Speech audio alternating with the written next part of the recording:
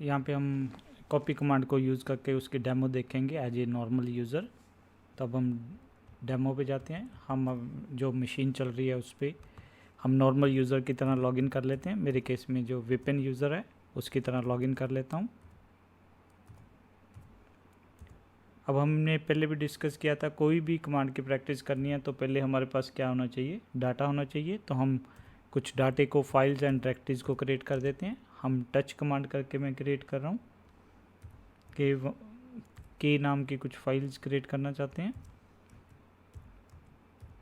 यहाँ पे हम करली ब्रेसेस का इस्तेमाल करके फाइल्स क्रिएट कर रहे हैं। करली ब्रेसेस को हम एक वीडियो में डिटेल में भी डिस्कस करेंगे।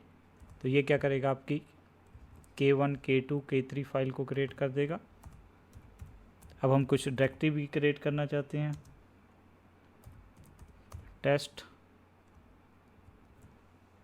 हम टेस्ट 1, 2, 3, टेस्ट 1, टेस्ट 2, टेस्ट 3, ये आपकी 3 डायरेक्टरीज क्रिएट कर देगा। अब हम इसके अंदर कुछ फाइल्स बनाना चाहते हैं, ये तीनों डायरेक्टरीज के अंदर। तो हम क्या कर देते हैं, टच टेस्ट, वैसे का वैसे ही करली ब्रैकेट्स के अंदर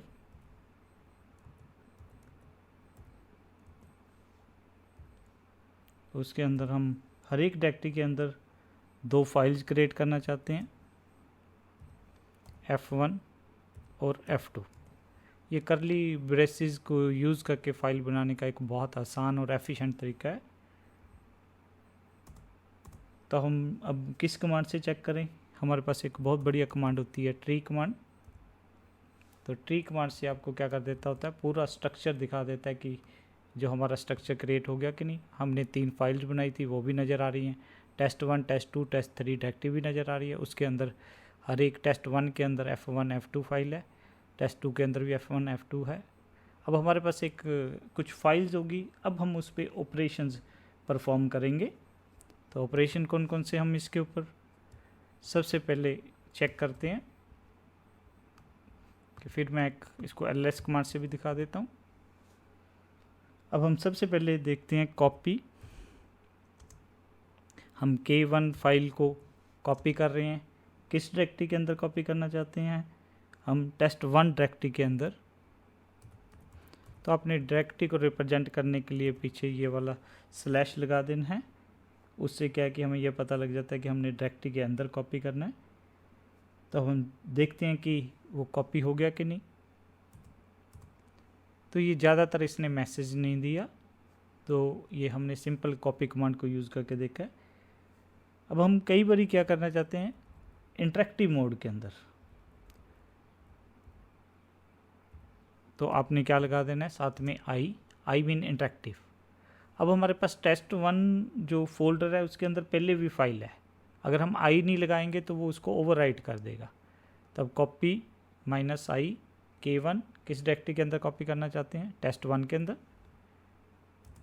तब इसने हमसे पूछा है कि भी ओवरराइट कर दें, तो हम इसको क्या कर देते हैं कि यस ओवरराइट। अगर आपने ओवरराइट नहीं करना है तो अब आप N प्रेस कर दीजिए, तो हम इसको ओवरराइट। तो आई मीन इंटरेक्टिव मोड के अंदर। अब हम क्या करना चाहते हैं, टेस्ट 1 डायरेक्टरी को कॉपी करना चाहते हैं, किस डायरेक्टरी के अंदर, टेस्ट 2 डायरेक्टरी के अंदर। हमेशा ध्यान रखना कॉपी कमांड के अंदर एक सोर्स होगा और एक डेस्टिनेशन होगा, वो यूज होगा। अब आप ऐसे नहीं सिंपल कॉपी कमांड से टेस्ट 1 को टेस्ट 2 के अंदर कॉपी नहीं कर सकते हो, तो वो आपको एरर दे रहा है कि ओमिटिंग क्रिएटिंग डायरेक्टरी टाइप की एरर दे रहा है। इसलिए आपने हमेशा ध्यान रखना है आपने क्या यूज़ करना है, साथ में आर को यूज़ करना है। R mean recursively. तो आप ls टेस्ट 2 को जब चेक करोगे तो उससे आपको पता भी लग सकता है कि वो सारी चीज़ कॉपी होगी कि नहीं होगी। तो ये हमारे पास ये कॉपी भी होगी। अब इसमें एक प्रॉब्लम है कि जब हम कॉपी करते हैं तो जो सोर्स जो फाइल्स हैं या डायरेक्टरी है उनकी परमिशन चेंज हो जाएगी, वो डेस्टिनेशन के हिसाब से हो जाएगी। मीन अब हमने कॉपी क्या की है, फाइल और डायरेक्टरी कॉपी हमने की है ये test2 डायरेक्टरी के अंदर। तो ये जो परमिशंस हो जाएंगी जो test2 डायरेक्टरी के उसके हिसाब से हो जाएंगी। मीन जो ओरिजिनल इनकी परमिशंस हैं test1 की, जहाँ जो हमने k1 फाइल की है वो नहीं रहेंगी। कई बार अगर हम परमिशंस को प्रिजर्व रखना चाहते हैं तो हम थोड़ा सा कमांड को मॉडिफाई करेंगे।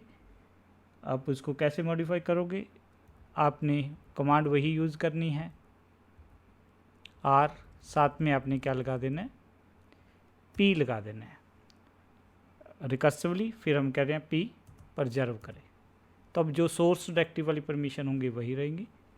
कई बार हम 2 स्विच नहीं यूज़ करना चाहते हैं तो हम एक स्विच से भी काम चला सकते हैं -a से, तो इससे भी कॉपी हो जाएगा।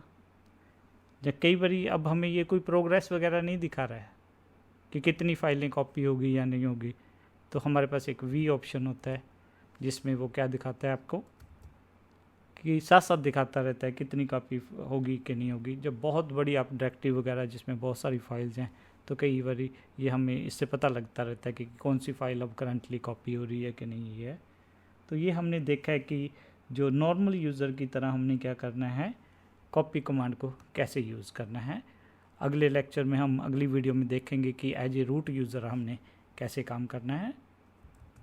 तो हम अब इसको मैं फिर दिखा देता हूँ। हमने इसको कॉपी कमांड की डेमो देखी है एज ए नॉर्मल यूज़र।